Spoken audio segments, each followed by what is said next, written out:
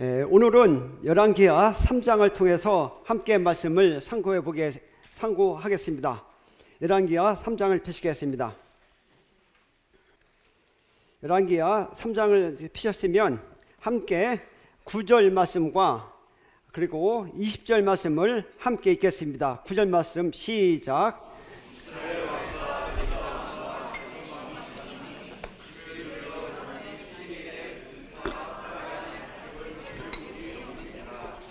20절 말씀 시작. 아침이 되어 소재 드릴 때에 물이 에돔 쪽에서부터 흘러와 그 땅에 가득하였더라. 이 말씀은 9절의 말씀 기록된 말씀처럼 전쟁하기 위해서 출발하였지만 7일 만에 군사와 따라가는 가축에게 먹을 물이 없다고 기록이 되어져 있습니다. 그런데 이것이 변해서 20절 말씀에 보면은 물이 에돔 쪽에서부터 흘러와 그 땅에 가득하게 되었더라라고 기록이 되어져 있습니다. 물이 없었는데 물이 가득하게 된 과정이 이와 같이 열왕기하 3장에 기록이 되어졌습니다. 이 과정을 알아보면서 이 말씀 안에서 교훈을 받고자 합니다. 특별히 열왕기하 3장에서는 4명의 인물이 기록이 되어져 있습니다. 4명의 인물인데 2명은 왕입니다. 여호사밧과 여호람 왕, 그리고 1명은 엘리사입니다. 그리고 1명은 무명입니다. 사람의 이름이 나와 있지 않습니다. 물이 없는 상태에서 4명이 어떠한 일을 감당했는지 살펴보면서 살아있는 하나님의 말씀으로 교훈받아서 우리 마음 가운데 적용되어지를 원하는 마음이 있습니다. 특별히 4명의 인물 중 믿음의 공동체 생활인 이 교회에서 나는 어떠한 사람에 속하였는가, 그리고 앞으로 이러한 말씀을 교훈을 받아서 어떠한 사람이 되어야 되는가, 이러한 면에서 우리 형제 자매님들에게 교훈이 되어지기를 원하는 마음이 있습니다. 그럼 먼저 첫 번째 여호람에 관해서 살펴보겠습니다. 여호람에 관해서는 3장 2절 3절 말씀을 제가 읽어드리겠습니다. 그가 여호와 보시기에 악을 행하였으나 그의 부모와 같이 하지는 아니하였으니 이는 그가 그의 아버지가 만든 바알의 주상을 없이 하였습니다. 그러나 그가 느바의 아들 여로보암이 이스라엘에게 범하게 한 그 죄를 따라 행하고 떠나지 아니하였더라. 이렇게 여호람에 관해서 기록이 되어졌습니다. 이 말씀의 내용은 북이스라엘 아합의 아들 아시야 왕이 죽자 그에게 아들이 없으므로 그의 동생 여호람이 그의 뒤를 이어서 왕이 되었습니다. 이때는 남유다 왕 여호사밧이 18년째 통치하고 있던 때였습니다. 여호람 왕은 그의 아버지 아합이 만든 우상을 철거하여 그의 부모처럼 악하지는 않았지만 방금 읽은 성경 말씀대로 여로보암이 이스라엘에게 범죄한 그 죄를 따라 행하고 떠나지 아니했다라고 기록이 되어졌습니다. 이 말씀은 외형적으로는 하나님을 향한 분명한 태도를 보여주고 있지만 여호람은 내적으로는 여전히 그 죄에서 머물러 있었다는 것을 가리키고 있습니다. 여호와삼의 영적인 삶은 외형적으로는 눈에 보이는 우상은 철거했을지는 몰라도 내적으로는 여로보암은 저지른 우상의 숭배 죄에서 12년 동안 돌아서지 못하고 있는 모습을 볼 수가 있습니다. 여호람의 하나님을 향한 영적 태도는 한마디로 오늘날에 우리한테 적용을 한다면 교회에서는 하나님 말씀도 듣고 찬양도 하고 기도는 하지만 세상에 나가서는 내 방식대로 살고 있는 사람이라는 것입니다. 하나님 없는 삶을 살고 있다는 것입니다. 누가? 여호람이. 이렇게 살고 온 여호람은 5절 말씀을 보시면 이러한 영적 상태인 여호람이 이제 한 가지 일을 계획합니다.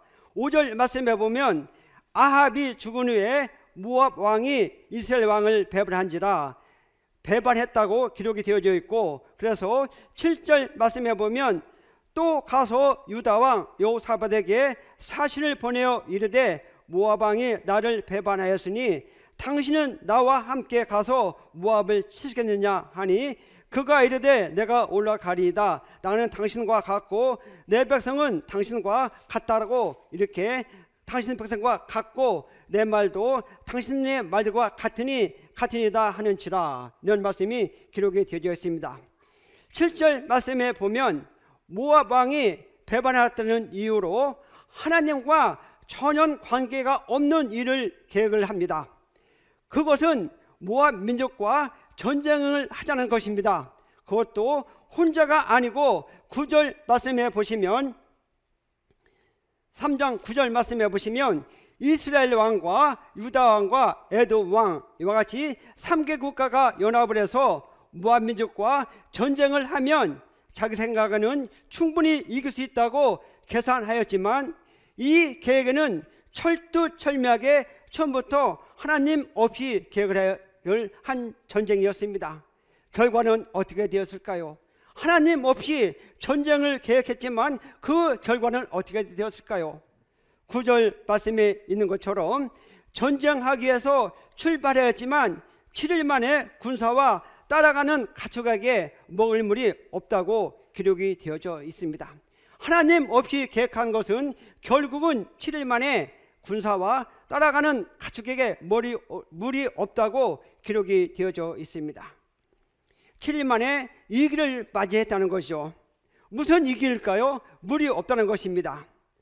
지금 요람은 아주 심각한 위기와 어려움에 처한 환경이지만 요람은 이때도 간절하게 하나님을 찾는 모습은 보이지 않고 오히려 하나님을 원망하는 모습이 기록이 되어졌습니다. 하나님을 향해 원망과 탄식으로 반응하는 모습이 10절 말씀을 보시면 이렇게 기록이 되어졌습니다. 여호람이 말하는 겁니다. 이스라엘 왕이 이르되 슬프도다.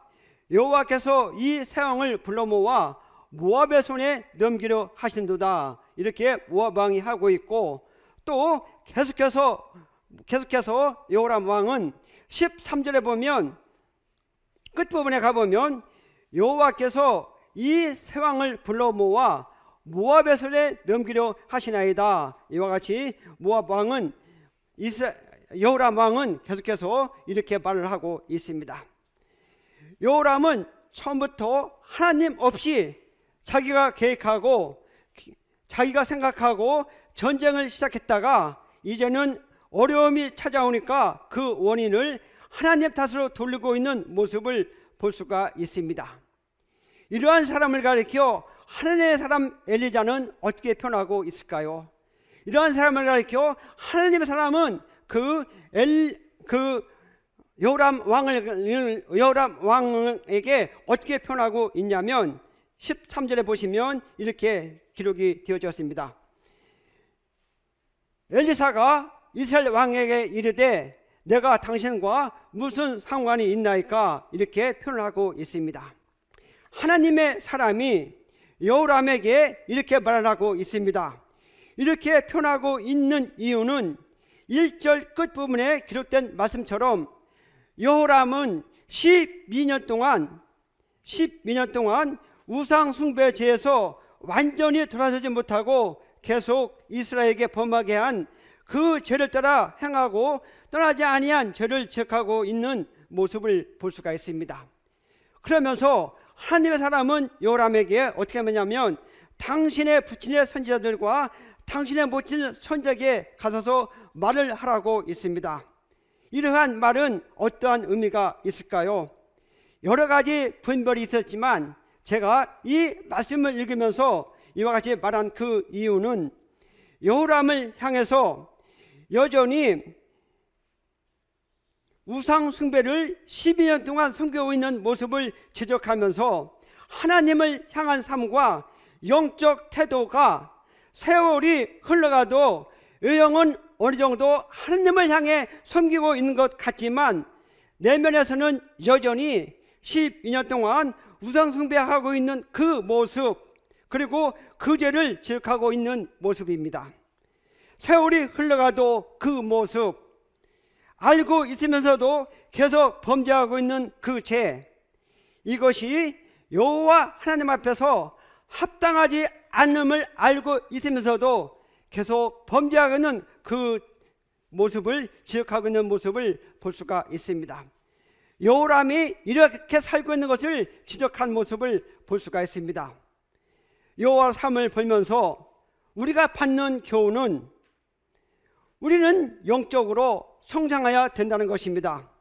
성장해서 능력 있는 그리스도인이 되어야 된다는 교훈입니다. 그렇다면 우리가 능력 있는 그리스도인이 되기 위해서는 어떻게 해야 될까요? 그 비결은 하나님의 말씀, 과거의 이스라엘 백성들을 통해서 알 수가 있습니다.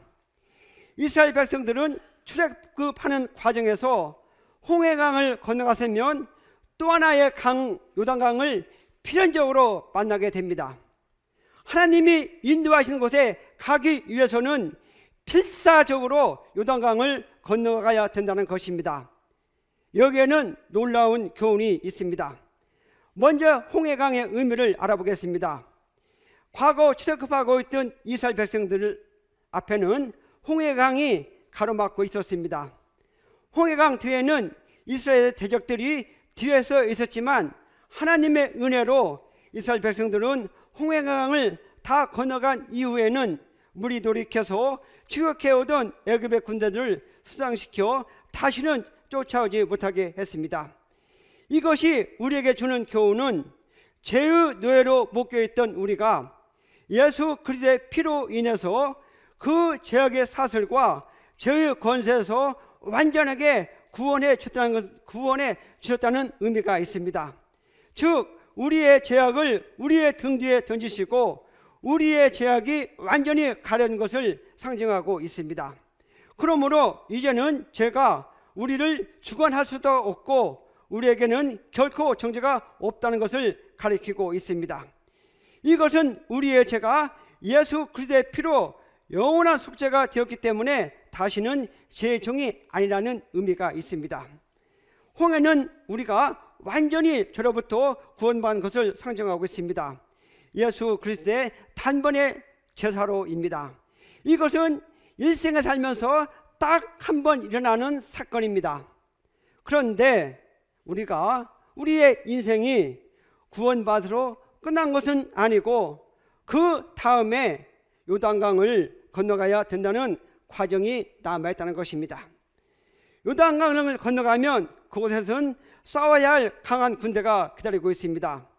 이때 당시에 이스라엘 백성들은 한 번도 그 대적들과 전쟁하지 않는 상태였습니다. 하나님께서 정당하게 주신 땅인데도 불구하고 먼저 차지하고 있는 족속들이 자신의 영주권을 주장하고 있다는 것입니다. 그렇다면 이스라엘 백성들은 어떻게 해야 될까요? 어떻게 해야 될까요? 필사적으로 요단강을 건너가서 실제적으로 치열한 전투, 즉 다시 말씀드리면 죽은 전투가 아니라 살아있는 전투를 해야 된다는 것입니다. 요단강을 건너가서 이러한 전투에서 승리하기 위해서는 이스라엘 백성들은 어떠한 삶, 어떠한 마음으로 임해야 될까요? 그것은 홍해에 머물러 있으면 안 된다는 것입니다.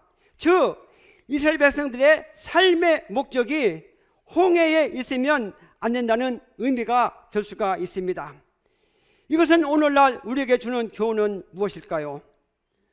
우리가 구원받은 이후에 여전히 우리 내면 속에서는 죄의 성품이 있기 때문에 미혹받고 유혹받고 있지만 이러한 싸움에서 여기에서 능력 있는 그리스도인으로 살아야 된다는 것을 상징하고 있습니다. 이러한 것에서 방심하게 되면 우리의 삶이 교회에 와서 말씀도 듣고 찬양도 하고 기도도 하지만 세상에 나가서는 하나님과 전혀 관계가 없는 삶을 살 수 있다는 것입니다. 이러한 삶은 결국 요람과 같은 삶이 될 수 있다는 것입니다. 우리는 이제 결정해야 됩니다. 교회에서의 하나님 섬기는 모습이 세상에 나가서 우리 삶 가운데 분명히 나타내지는 삶을 살 때에 그것이 하나님의 자녀이고 진정한 구원받는 의미가 될 수가 있습니다. 그렇지 않으면 결국은 우리는 요람과 같은 삶이 될 수 있습니다. 우리는 이제 결정해야 됩니다. 요람과 같은 삶을 살 것인가, 아니면 교회에서 말씀 듣고 찬양하고 말씀이 내 삶 가운데 적용이 되어서 교회에서 뿐만 아니라 삶 가운데 그리스도의 모습이 나타나는 삶을 살 것인가, 우리는 결정해야 될 것입니다. 만약에 우리의 삶이 요람과 같이 외형은 가졌지만 내면적으로 주님의 말씀이 없다면, 내면적으로 여전히 하나님이 아닌 다른 것을 섬기고 있다면, 우리의 인생은 한 번밖에 살 수 없는 인생은 참으로 값진 인생이 될 수가 없습니다. 우리는 결정해야 됩니다. 내면적으로 요단강을 건너가서 능력 있는 그리스도로 삶을 살 것인가, 아니면 요람과 같이 교회에 나와서만 외형적으로 주님을 섬길 건가, 우리는 결정을 해야 되는 것입니다. 이것이 바로 요람이 우리에게 주는 교훈입니다. 다음에 여호사밧에 관해서 알아보겠습니다. 함께 7절 말씀을 다시 한번 읽겠습니다. 7절 말씀을 읽어주시기 바랍니다. 시작.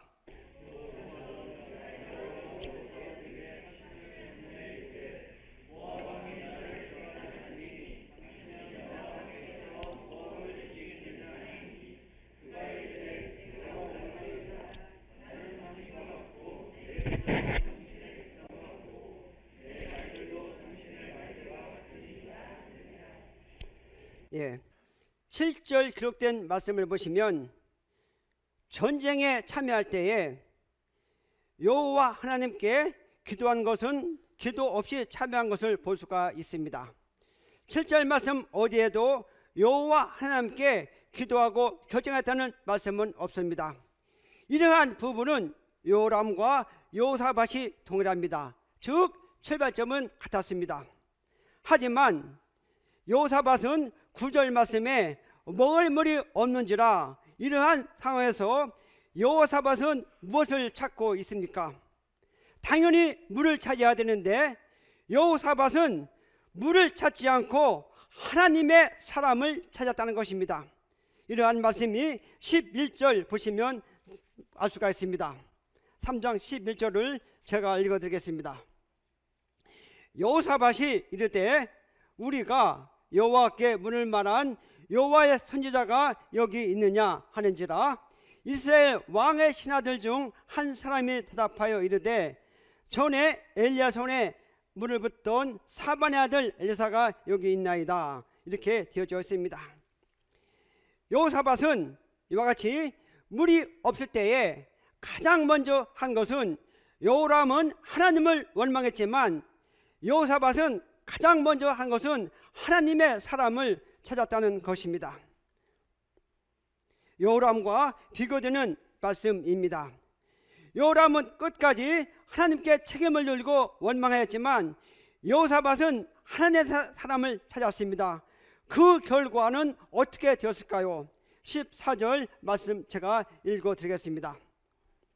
엘리사가 이르되 내가 섬기는 만군의 여호와께서 살아계심을 두고 맹세하노니, 내가 만일 유다의 왕 여호사밧 얼굴을 봄이 아니면 그 앞에서 당신을 향하지도 아니하고 보지도 아니하였으리다. 이렇게 말씀하고 있습니다. 이 말씀을 보시면 하나님의 사람 엘리사는 여호사밧의 얼굴을 봐서 요람을 듣겠다고 합니다. 지금 물이 부족한 상태에서 해결될 기미가 보이고 있습니다. 누구 때문인가요? 바로 여호사밧입니다. 만약에 이러한 현장에서 지금과 같은 상황에서 여호사밧과 같은 사람이 그 현장에 없었다면 어떻게 결정이 될까요? 아마 여호람은 이 상황에서 이렇게 결정할 것 같아요. 자, 지금 물이 없으니까 다시 되돌아갑시다 라고 주장하고 실행하였다면 어떻게 됐을까요? 아마도 7일을 걸어왔기 때문에 다시 물 없이 7일을 되돌아가면 싸우지도 못하고 모두가 자멸하고 말 것입니다. 하지만 이러한 자리에 여호사밧 같은 사람이 있었기에 요람이 완전히 망하지 않는 모습을 볼 수가 있습니다. 여호사밧과 같은 사람이 있었기 때문입니다. 12절 말씀을 제가 읽어드리겠습니다. 여호사밧이 이르되 여호와의 말씀이 그에게 있도다 하는지라. 이에 이스라엘 왕과 여호사밧과 에돔 왕이 그에게로 내려가니라. 말씀을 보시면 3명의 왕이 지금 어디로 가고 있습니까? 바로 부족한 물을 찾으러 간 것이 아니고 여호와의 말씀이 있는 곳으로 내려가서 지금 말씀을 듣고 있습니다. 어떠한 말씀을 듣고 있습니까? 지금 하나님의 사람은 어떠한 말을 하고 있습니까? 물이 가득해야 된다고 말씀하지 않고 있습니다. 어떻게 말을 하고 있냐면 17절 말씀에 하나님의 사람 엘리사는 이렇게 말하고 있습니다. 여호와께서 16절 17절 보겠습니다. 그가 이르시되 여호와의 말씀이 이 골짜기에 개천을 많이 파라 하셨나이다.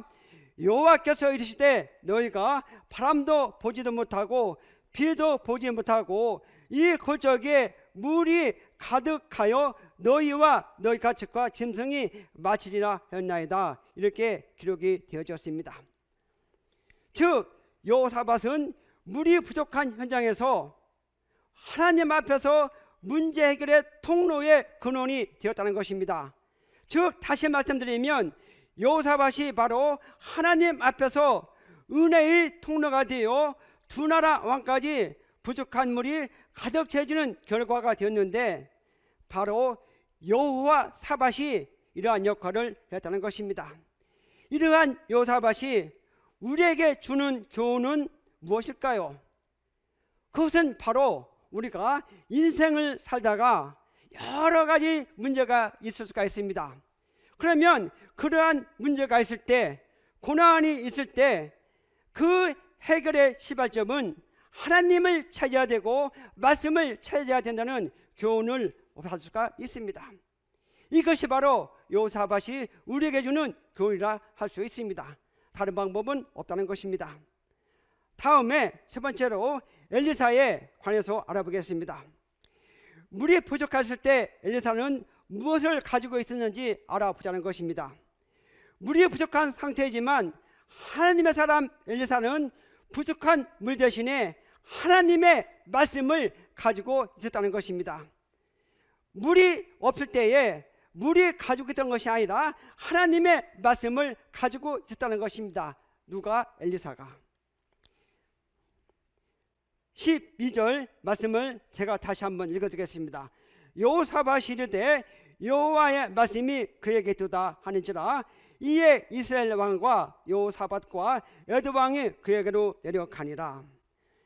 지금 물이 부족한 상태에서 이것을 해결하기 위해서 하나님의 사람이 어떻게 하고 있습니까? 어디에 가면 물이 있다, 가 보아라, 또는 조금 기다려 보아라, 이런 외침은 결코 아니고 하나님의 사람은 외치고 있습니다. 무엇을 외쳤습니까? 그 내용은 16절의 말씀처럼 개천을 많이 파라고 외치고 있습니다. 개천을 파라고 외치고 있습니다.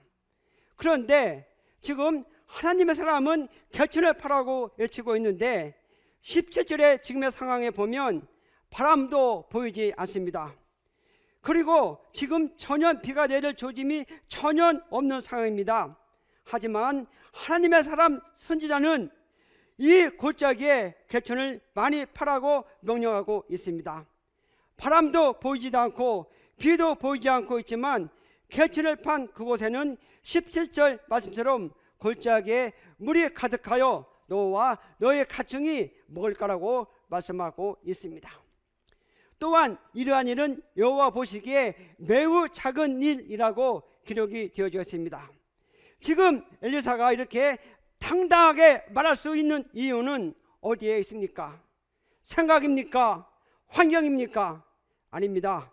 엘리사에게는 하나님의 말씀을 가지고 있었기 때문에 이러한 환경에서 정정당당하게 외치고 있다는 것입니다. 개천을 파라는 것이었습니다. 그런데 이 방법, 지금 이 상황에서 개천을 이 방법은 사람의 생각으로는 도무지 이해도 가지도 않고 상식적으로 맞지 않는 소리이고 방법입니다. 하지만 하나님의 말씀에는 능력이 있습니다. 이러한 능력을 결정하기 위해서는, 경험하기 위해서는 하나님의 말씀을 따라 정하면 그 말씀대로 반드시 이루어진다는 것이 하나님 진리의 말씀입니다. 이 현장에 있는 사람들은 이제 자기 생각, 자기 방법을 다 버리고 하나님의 말씀대로 개천을 파기 시작합니다. 그런데 개천을 파다 보면 땅속에 감춰진 나무 뿌리도 나오고 돌도 나오고 짐승뼈 같은 더러운 것들이 나오게 됩니다. 결코 쉽지 않은 것으로 여겨집니다. 하지만 이 방법이 지금 부족한 물을 해결할 수 있는 길이기 때문에 아무리 힘들어도 개천을 파야 된다는 것입니다. 왜냐하면 이것이 물을 부족할 수 있는 해결이기 때문입니다. 우리는 여기에서 교훈이 있습니다. 어떠한 교훈을 받을 수 있습니까? 하나님 말씀으로 개천을 파라는 의미는 오늘날 우리에게 무엇을 의미할까요? 어떠한 교훈이 이 안에 있을까요? 이 개천을 판다는 것은 우리의 마음을 하나님의 말씀으로 파서 우리 마음속에 추하고 더러운 것들을 말씀으로 비춰볼 때 조금이라도 꺼리낌이 있으면 그러한 것을 말씀에 비추어서 꺼리낌이 있으면 버리라는 의미가 될 수 있습니다. 우리가 하나님의 말씀으로 깊이 판 만큼 하나님의 말씀이 내면 속에서 심어지고 채워지는 것입니다. 파지 않으면 결코 채워지지 않습니다. 즉 다시 말씀드리면 하나님의 말씀으로 우리의 마음에 개천을 파지 않으면 우리의 인생이 여러분과 같은 사람이 될 수 있고 몸은 홍해강은 건너왔지만 나의 마음, 나의 생각, 우리의 가치관은 여전히 홍해에 있다는 것입니다. 즉 능력 있는 그리스도인이 될 수가 없고 여러분과 같은 인생을 살 수 있다는 것입니다. 어떻게 하시겠습니까? 이제 지금부터라도 우리의 마음을 정말 말씀으로 개천을 깊이 파서 하나님을 향해서 딱딱하게 굳어진 나의 마음, 가시덤불과 같이 하나님이 아닌 다른 것으로 가득하게 채워진 나의 마음, 이런 것이 있다면 다시 말씀드리면 나의 마음속에 하나님의 말씀만이 유일하게 만족을 주는 것인데 이런 것이 아닌 쓸데없는 것들이 우리 마음속에 심어졌다면 하나님의 말씀으로 깊이 파서 정결해야 하는 역사가 우리 가운데 이루어지기를 원하는 마음입니다. 그래서 2022년 뭔가 내가 하나님 앞에서 부족한 것 같이 느꼈지만 말씀으로 개천을 파서 2022년 마지막 때는 부족한 것이 없이 말씀으로 가득 채워져서 이러한 것을 한번 경험해 보지 않겠습니까? 정말 이러한 것을 말씀으로 내 마음을 채워서 이 말씀이 마음껏 역사하는 것을 경험을 해보지 않겠습니까? 이러한 역사가 우리 가운데 이루어지길 원합니다. 저도 당연히 포함됩니다. 저 죄 아닙니다. 저도 이러한 말씀을 보면서 내 마음 가운데 쓸데없는 것들이 무엇인가 보면서 하나하나 버려서 정결해가는 역사가 우리 가운데 이루어지기를 원하는 마음이 있습니다.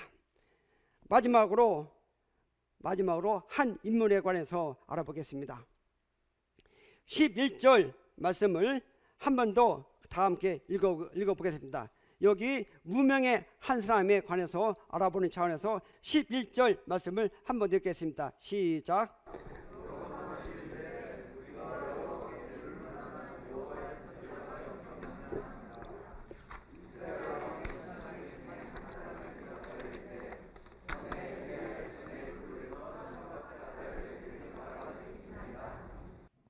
예, 이 말씀에서 무명의 사람이 한 말은 이르되 전에 엘리야의 손에 물을 붓던 사반의 아들 엘리사가 여기 있나이다.